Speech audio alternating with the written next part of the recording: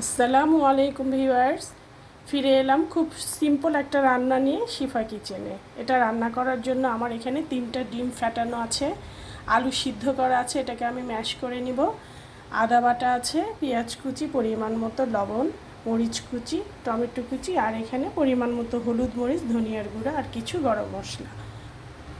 Viewers, আমি আলুটাকে সিদ্ধ করে এইভাবে ম্যাশ করে ডিমটা ভাজি করে নিয়েছি।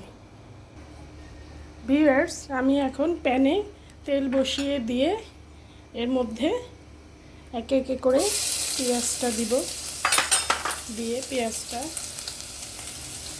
একটু ভেজে নেব।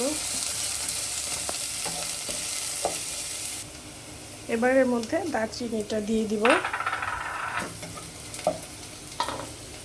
পরিমাণ মতো লবণ দিয়ে দিব, আদা রসুনটা দিয়ে দিব,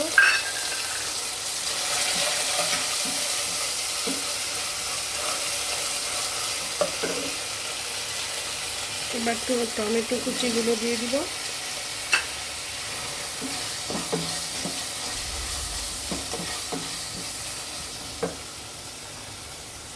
সাথে কাঁচামরিচ দিয়ে দিব। এখন আমি হলুদ মরিচের গুঁড়োগুলো দিয়ে দিব।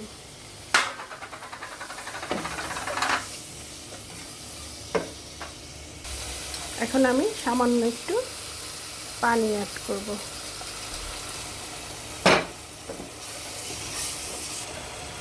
আমার মশলাটা কষানো হয়ে গিয়েছে, এখন আমি এর মধ্যে ম্যাশ করা আলুটা দিয়ে দিব, দিয়ে এটাকে আমি ভালো করে কষিয়ে নেব। আমার আলুটা কষানো হয়ে গিয়েছে, মশলার সাথে মিশে গেছে। এখন আমি এর মধ্যে পানি অ্যাড করব, একটু বেশি পানি অ্যাড করব যেহেতু আলুটা ঘন হয়ে যাবে তাড়াতাড়ি।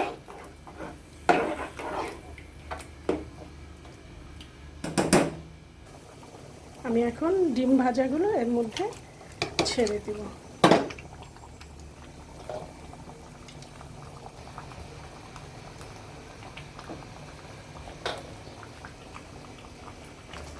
আমি এখন এগুলোর মধ্যে কিছু ধনেপাতা কাটা আছে, এটা অ্যাড করে দেব। ভিউয়ার্স, হয়ে গেল আমার ডিমের সাথে আলুর একটা কারি। এটা বেশি রান্না করব না, আর আলু এমনিতেই ঘন হয়ে যায়। ব্যাস, ভিউয়ার্স, আমার রান্না হয়ে গেল, আমি এটাকে ঢেলে দিলাম। দেখুন, খেতে কিন্তু ভালোই হয়েছে।